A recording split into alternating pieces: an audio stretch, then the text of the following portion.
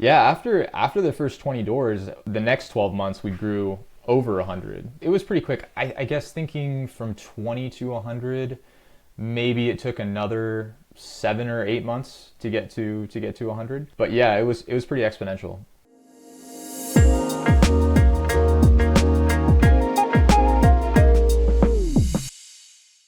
Today I'll be speaking with Alex Chapin-Koppel, owner of Key Renter Raleigh Property Management. Alex has grown his property management company to over 350 doors in just 4 years' time. Alex was previously the BDM at a leading property management company in Denver, Colorado, and then moved on and started his own property management business. So without further ado, let's get to Alex so he can start to teach you from his experience and how he grew his business to 350 doors in just 4 years. Alex, thank you so much for joining me today. To kick things off, can you tell everybody a little bit about your background and experience in property management? How did you get into this crazy industry? Yeah, so I moved to Denver, Colorado for school, and shortly after graduating, I was figuring out whether or not I wanted to move back to my hometown of Orange County, California, or stick around in Denver. Really didn't know what I wanted to do. I just knew I didn't want to kind of be in an office all day or have a typical office job. I'd done some internships and knew that that kind of wasn't for me. So I saw a job posting for Key Renter Denver, which was a property management company at the time, and all they put in their job posting was that they'd help you get your license. So I thought, cool, sounds good, sounds like a way to break into real estate and do something where I'm kind of just not sitting in an office. And so I ended up getting a job with them and started off just as a showing agent, doing, showing prospective tenants, driving around the city, which was kind of cool, getting to learn different areas, and eventually got my license. I was a leasing agent then for a couple years until Key Renter Denver decided to have leasing department start doing some sales.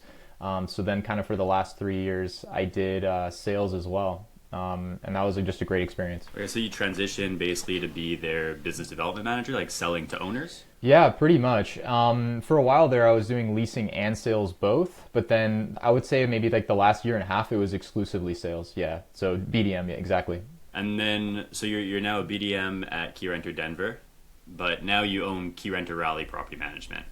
How did that come to be? Yeah, I think I was pretty transparent with the owner about a year before I left Denver that I wanted to start my own thing, and I'd always want to be a business owner. I never knew what industry it would end up being in, but I saw property management was a great business. I saw an opportunity within the space. There were a lot of companies that weren't doing property management too well. It's a really hard industry. It's as you know, it's hard to do a great job. And so yeah, my wife and I, she was graduating with her grad degree at the time, and yeah, we were looking for a place to move to where she could start her career and I could start my business. So I let Brandon in Denver know that I was going to be planning on doing that, and we had kind of a smooth transition. But it was always like a planned thing. I think once I saw that the industry was as sticky and pretty recession proof as it is, that was kind of what turned the light on for me and made me realize that I wanted to start my own. For sure. That's a good point about property management. One thing that's nice about it is, as you mentioned, it's recession proof. And you see so many industries, especially on the realtor side, right? You can have years where things are flying and then years where it's like hard to get even one sale. For sure. Whereas property management is kind of like that slow and steady pace, and you can build on top of it because it's recurring revenue. Absolutely. I'm always shocked by how, like, when the market's down or the market's up, there's always a demand for rental property, and there's always different opportunities for investors as well. It's shocked me every single time because you'd think, when properties are, it's a buyer's market and properties are a little bit cheaper, that might be the ideal time. But then also you'd think when properties are more expensive, maybe it's not. But with the whole dynamic with like interest rates being lower versus higher, I mean, it's kind of there's always opportunities, right? You could almost argue when the market is down, it's almost better for property management because people don't want to sell their home when they can get less than they purchased it for. 100%, and we're seeing more owners than ever this past year who can't sell their property, turning it into a rental, at least in the short term. And you see the same thing even when interest rates are really good and people are selling and more incentivized to sell. People buy more. So it's a roller coaster for sure. Hey, quick break from the interview, just for a second. If you're listening to this podcast, there's a good chance you're looking to grow your property management business. Our team at Upkeep Media is offering a free property management lead generation session to all podcast listeners. Just visit our website at upkeepmedia.com/growth. Fill out the form on that page, enter the coupon code podcast, and you'll sign up for a free property management lead gen session.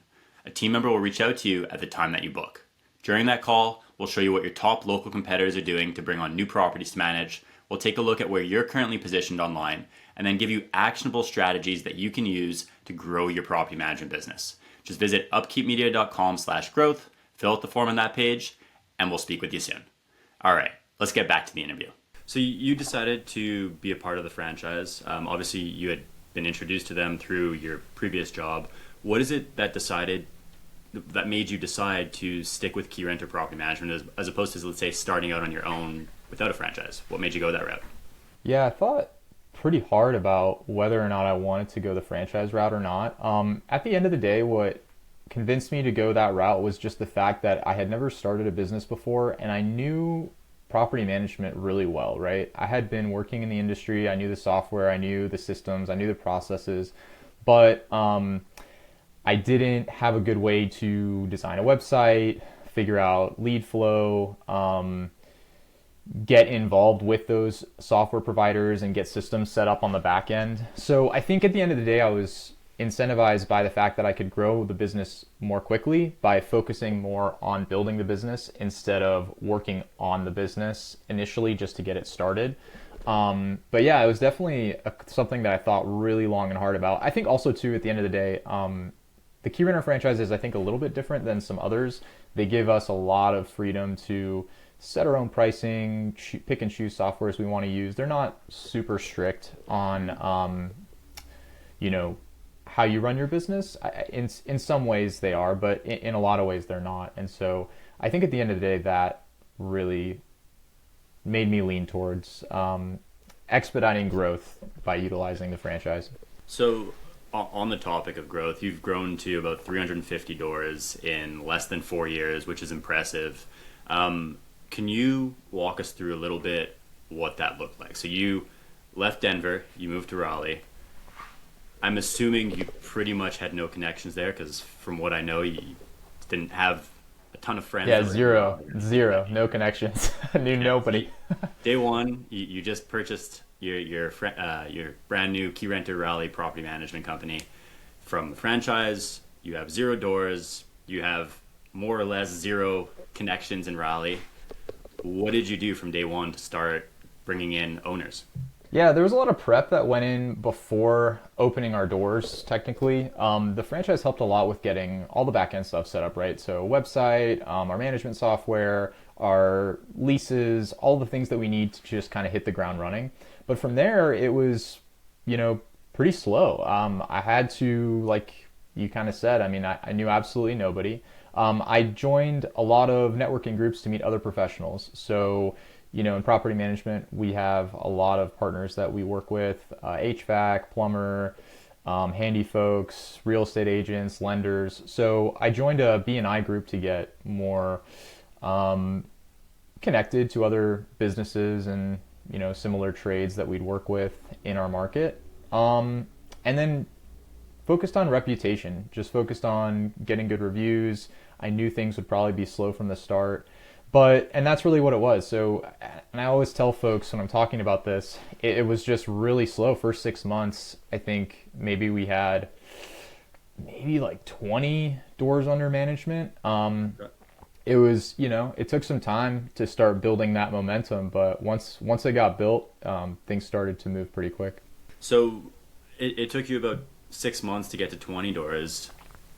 How long did it take you after that to get to your first 100? Yeah, after the first 20 doors, within the next 12 months, we grew over 100. So, yeah, it was pretty quick. I guess thinking from 20 to 100, maybe it took another 7 or 8 months to get to 100. But yeah, it was pretty exponential. Yeah, so roughly around 14 months to get to your first 100, Yeah, give or take. yeah, I'd say so. And you mentioned you were doing networking. So were you, so you go to a networking event, you speak to people, and then were you following up with them? Like, what did that look like? Yeah, I think one of the interesting things, at least that I've experienced in property management, is that the referral network is pretty nuanced. So, like when I would go to BNI or when I would network, finding folks that have a rental property are also not happy with their current management or not happy with how they're doing things, or actively at that exact moment or within the next 6 months looking to purchase an investment and utilize a property manager, they're just pretty few and far between. So actually, I just, I think referral partners were probably the better source of that networking activity. So meeting realtors and um, meeting lenders, I would say primarily, but I didn't have a ton of success through networking, getting referrals. But there was one specific thing that I did that got me connected with a lot of real estate agents, and it was actually sponsoring an event. It was a lender event, and there was probably 40 to 60 realtors there. And in our market, realtors really don't like doing property management. So it was a great way to get in front of a bunch of realtors all at once. And I still have, 3 years later, like probably 10 plus realtors that I stay in contact with that will work with me and partner with us on helping out their clients that have property that they might want to rent. Okay. How did, did you find this event online and then ask to sponsor it, or how did that go? Totally, yeah, totally by happenstance. I was reaching out to, in the early days, right, of just trying to meet folks. I was reaching out on an Instagram page to some realtors. I got in contact with one who ended up being a client, and he got me in contact with this lender. And the lender I went out to coffee with him, and he just said, "Hey, we have an event where realtors are going to attend, and we have sponsors for that event." Since then, I've told this story to folks, and I always get the same question. It's like, how do I find an event that I could sponsor? Because they're pretty few and far between. There's really nothing that I've found that realtors will go to as a standard. Recently, I did figure out one thing that realtors are really involved in. That's the Association of Realtors, and so I've thought about doing some kind of partnership or sponsorship there. But yeah, definitely, I would say it requires a little bit of hunting to find an event where you have a lot of realtors in the same room or a lot of lenders in the same room. And were you giving a speech at this event, or It literally was just 5 minutes. It was like just 5 minutes of just talking about how we could be a great partner for realtors, really focusing on the value add that we can give them.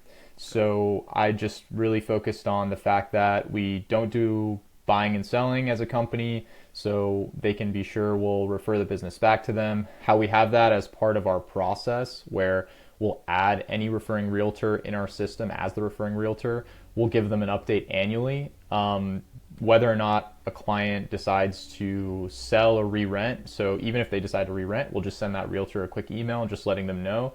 And this is all stuff that I have in our processes for our whole team to do. And so I think I just took 5 minutes along with the insurance agent and the plumber that, those types of trades that we're sponsoring. And just try to focus on the value and how we'd be a good partner. And I think a lot of realtors at the end of the day just like having a trusted partner in the property management space. I think a lot of them just, if they refer anybody, it's just a company they found online. So I feel like that's been helpful. Do you pay commissions to the realtor for the referral fees, or is it really just based off relationship?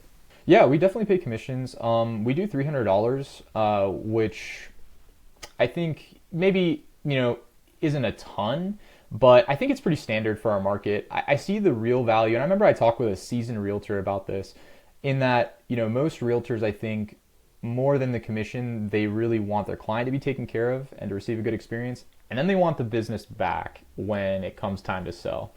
And so, yeah, I feel like we've really leaned into that and definitely deliver on that. Yeah, I've heard the exact same thing from tons of different property management companies is the referral commission is nice. They don't, they won't say no to free money. But for them, the most important thing is A, their client's going to be treated really well because the referral's coming from them, and B, when it comes time to sell, you're giving them the heads up, and not, if you do sales, not selling it yourself, or just not letting them know that the client is looking to sell. For sure. That's right. So once you started to hit 100 doors, did you have to start hiring staff? Like what did that look like for you operationally? Yeah, and that's kind of something that the franchise kind of help with a little bit, is just giving some roadmap on when you'll start to need to hire people. I think it depends too on the business owner. So I really came from a sales background and a leasing background, so I tailored my hiring to the side of things that I wasn't as comfortable with, which was kind of the baseline property management. So yeah, I think around, let's see, I think around 30 to 40 properties, I hired a remote team member to assist with general admin work, maintenance coordination, things like that. And then once we got to about 80 doors, I then hired a full-time property manager to handle that whole side, so I could really focus on sales and the growth side of the business. Okay, got it. And as you continue to grow, has it all been through referrals at this point? Because you almost added on 100 doors per year you've been in business. It's been mainly inbound leads that have just found us online. And I think too, like tying into the realtor referrals, right? If I would say that probably the most important thing, at least for us, has been reputation and reputation management. Having clients that give us good reviews on Google and that refer us to their friends or refer us to their family, that has been huge. And I think that's all done through reputation management. So a lot of, to answer your question, like I would say 80%, 75% of our leads just are organic. They come in through finding us online, calling in, submitting an online inquiry form. Then I would say, yeah, about 20 to 25% are referrals from realtor partners and from current clients and customers. So yeah, I'd say about 75 to 80% organic, 20 to 25% referrals. Okay, so it's probably still the second largest source, but Yeah. over time, as your business grew and as your online presence essentially got more established, you started to get more leads coming through. Totally. And we focused a lot more on steady growth than we have on just like exponential growth. And just what I mean by that is I've tried to cultivate the inbound leads that come in. If I wanted to turn the faucet on and I think do a lot more event sponsorship or even do Google ads and things like that, I think we could probably increase the number of clients that we bring. But kind of as we've scaled, I think probably the case with scaling any business, but certainly in property management, as we've grown our team, super, super important to have good people. I've faced challenges with maintaining the level of customer service that I would want to provide. That ties directly into the reputation. Clients and customers have to have a good experience. And so that, if I'm being honest, I think that probably has slowed growth a little bit. Just my focus and desire to keep a really high standard of service versus growing really quickly. Well, I think there has to be that delicate balance, especially in a service-based business, where if you take on too many owners too fast, your operations break. It might work out nicely in the short term because now you just added 100 doors in 2 months, whatever it might be. But in the long term, the quality of service drops, you lose clients because of it, your overall reputation decreases, and it makes it that much harder to grow. So it is a very delicate balance between growing and making sure that your service quality stays the same. 100%. I heard a saying, I forget where I heard it, but it was something like, reputation takes a lifetime to build and only minutes to destroy. And like, that's just, there you go. That's something I think about all the time. I'm just I think of the exact same quote, and it's true. So you mentioned your team. Like, how many people are on your team at this moment? Yeah, right now we have a team of 8, including myself. So that consists of me, who handles the business development, client success, and largely client onboarding. I have a leasing agent. They're a licensed broker as well, and they handle our leasing and marketing of vacant homes. They have an assistant. He's in the Philippines, and he handles basically leasing support, getting showings scheduled, reviewing applications, following up with tenant leads, things like that. Then on the management side, I have a full-time property manager. They're also a licensed broker, and they have four team members that assist them. So she has an assistant property manager, kind of just jack of all trades, mainly focuses on tenant communication. A move-in, move-out coordinator basically handles all the kind of nuts and bolts of getting a home ready before a tenant moves in and after they move out. And then two maintenance coordinators, and they basically just strictly handle maintenance. They do some other things on the side, but yeah, mainly just handle tenant submitted and then internal maintenance requests. Okay.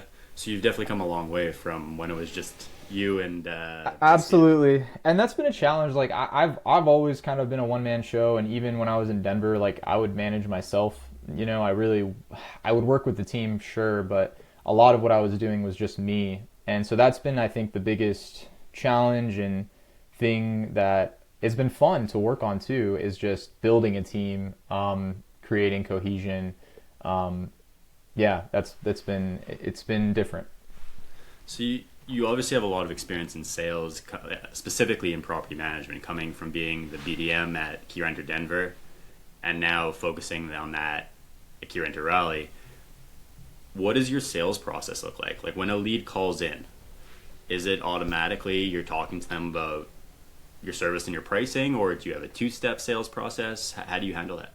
Yeah, great question. We have it's kind of a bit of both. If a lead calls in, I'll always try to get them transferred to me immediately. We do try to schedule appointments as well. So we have I think it's two things. We have a really great website. So if somebody goes onto our site, they can really easily click and schedule a call right there and then. They can also submit an inquiry, an online form that asks them what their property address is, some basic questions, and then I try to get back with them immediately and provide all the information I can, what I think their property would rent for, a summary of our service, and then a call to schedule with me.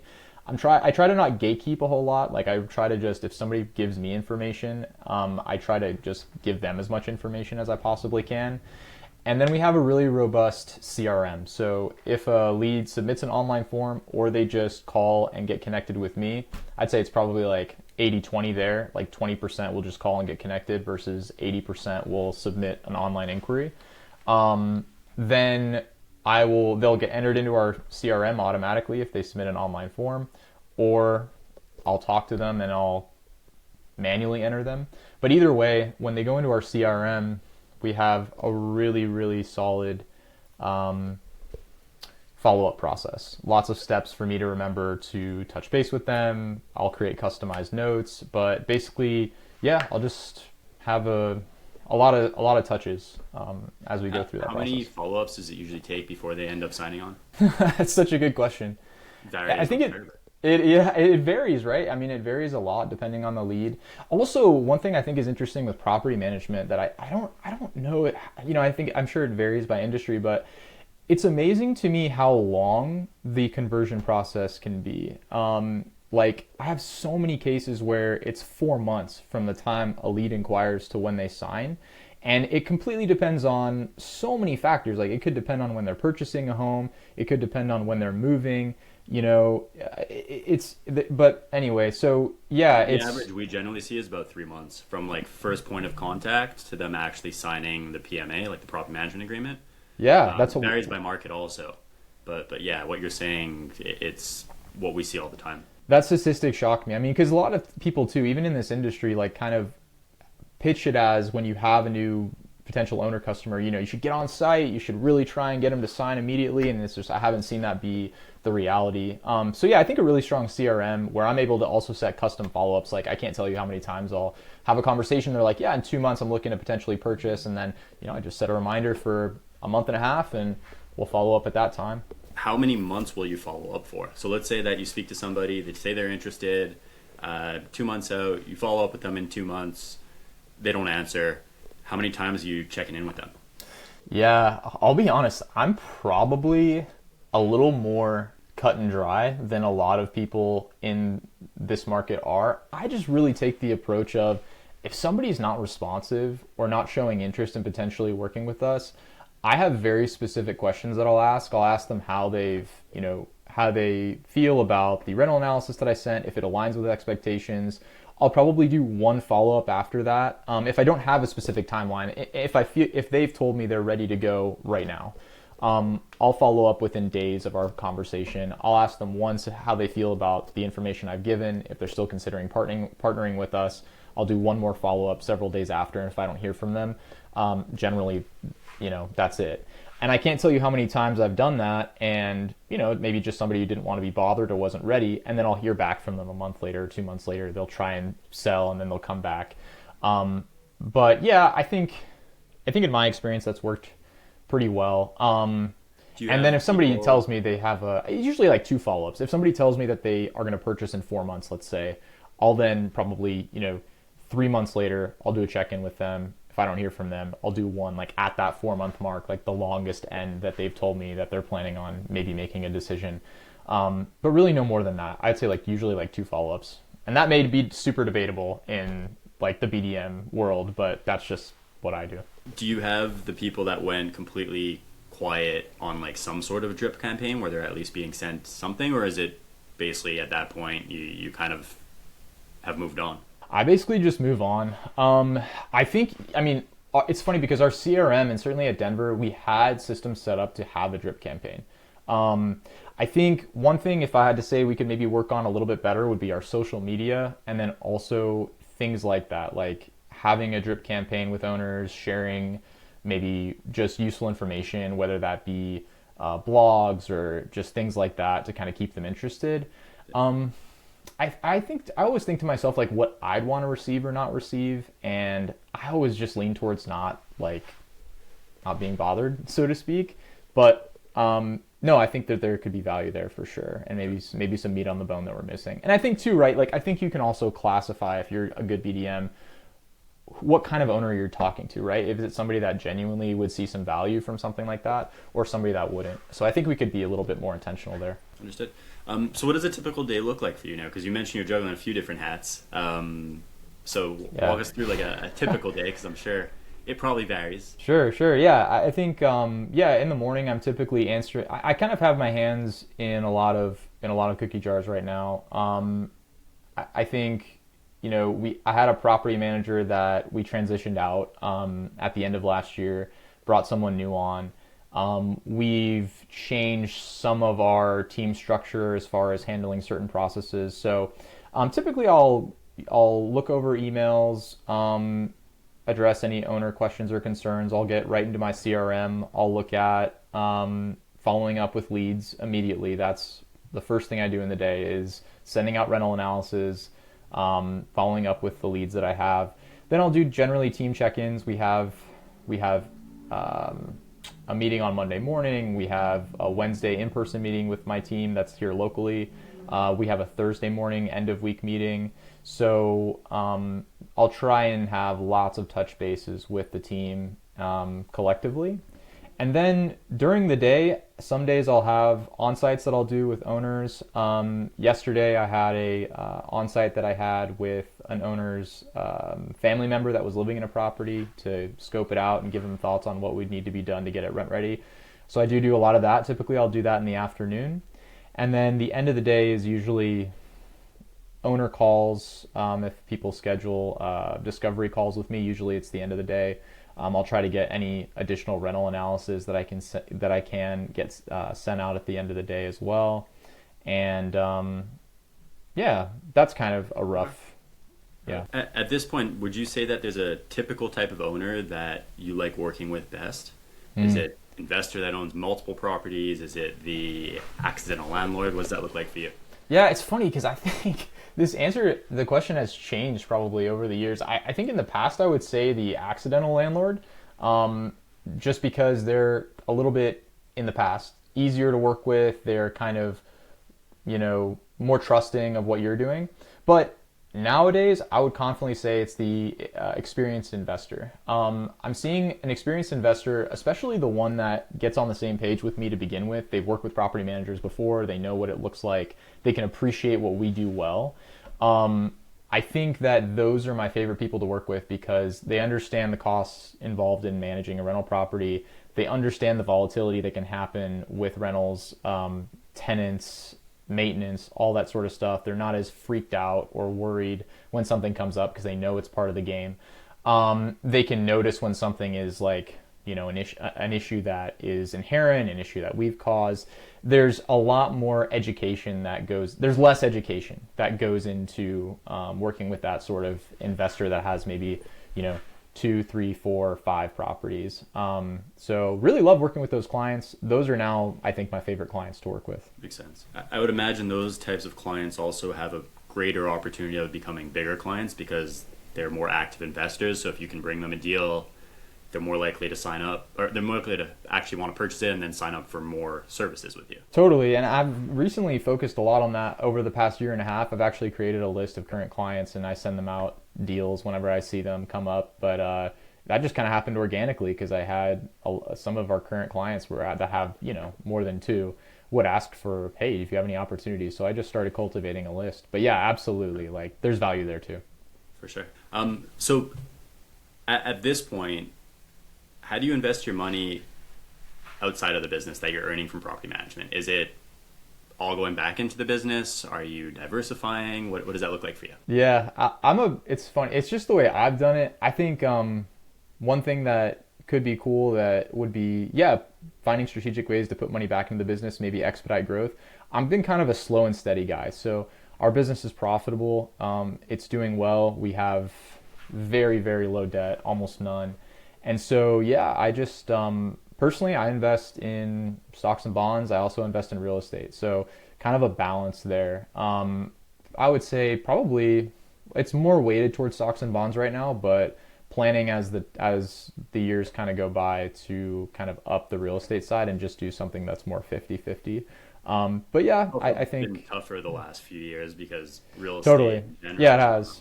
Absolutely. Yeah. And, but I definitely think there are still opportunities out there. And also as I've been here longer, I think there's the connections that you make in the space as far as like having finding good builders, finding great general contractors, that can make real estate opportunities a lot more appealing if you're able to kind of, finagle that so the numbers work better. Makes sense. So if you can go back in time to when you started your journey in property management, what is the one thing that you would change to help yourself succeed at a faster pace, whatever your definition of success might be? Yeah, that's an easy one. I think putting more, I think hire slow, fire fast. I think I would have spent more time on asking better questions, taking my time with the hiring process, and then letting somebody go faster that really wasn't performing at the level that I'd want.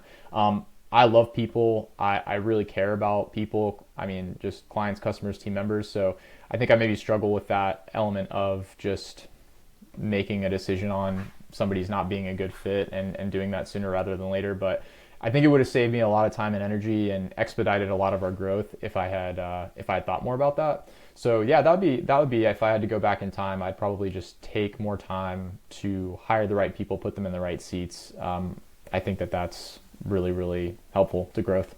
Makes sense. For sure. I struggled with the same thing when we started. Hire slow, fire fast. Right. Usually within 3 months, you have a pretty good idea whether it's going to end up being a really good hire or someone that's just not a fit for what you're looking to do. Totally. And you keep sometimes you keep telling yourself like, oh, but it can get better. And oh, if I just help them more and maybe they'll learn. And yeah, it's rarely the case. I think you're completely right. Yeah. The detailed training processes are important. And then especially as you continue to scale up, you get a better sense for where people should be at based off of how long they've been in the training. And then eventually you just know right away. It's like, okay, this person's just not grasping on quick enough. They're probably not, this isn't the right position for them. It's not necessarily that they're a bad employee but maybe this isn't the position that's right for them. Yeah, and I think you can put people in, like, you can put issues with employees into buckets of making mistakes that are honest mistakes because maybe they don't have the right training tools or what have you. And then the other bucket of this is just something that is like a responsibility or an accountability issue. And we put a lot of time and energy as a company to build better FAQs, better manuals and instructions and stuff like that. But I think, yeah, you're totally right. I think that, at some level, when issues are happening, you can easily categorize it as something with an individual or it's something with like the resources that they have. Yeah, makes sense. Thank you so much for taking the time to speak with me. For anyone that wants to connect with you, where would be the best place for them to reach out? Oh, they can connect with me via our website or giving us a call. If they ask to get transferred to me and call our business, then they will always be able to get in touch. My email is alex@keyrenterraleigh.com. Feel free to email me anytime. Happy to chat with anybody that would like to. Awesome. Thanks so much, Alex. Thanks, Stephen. You take care.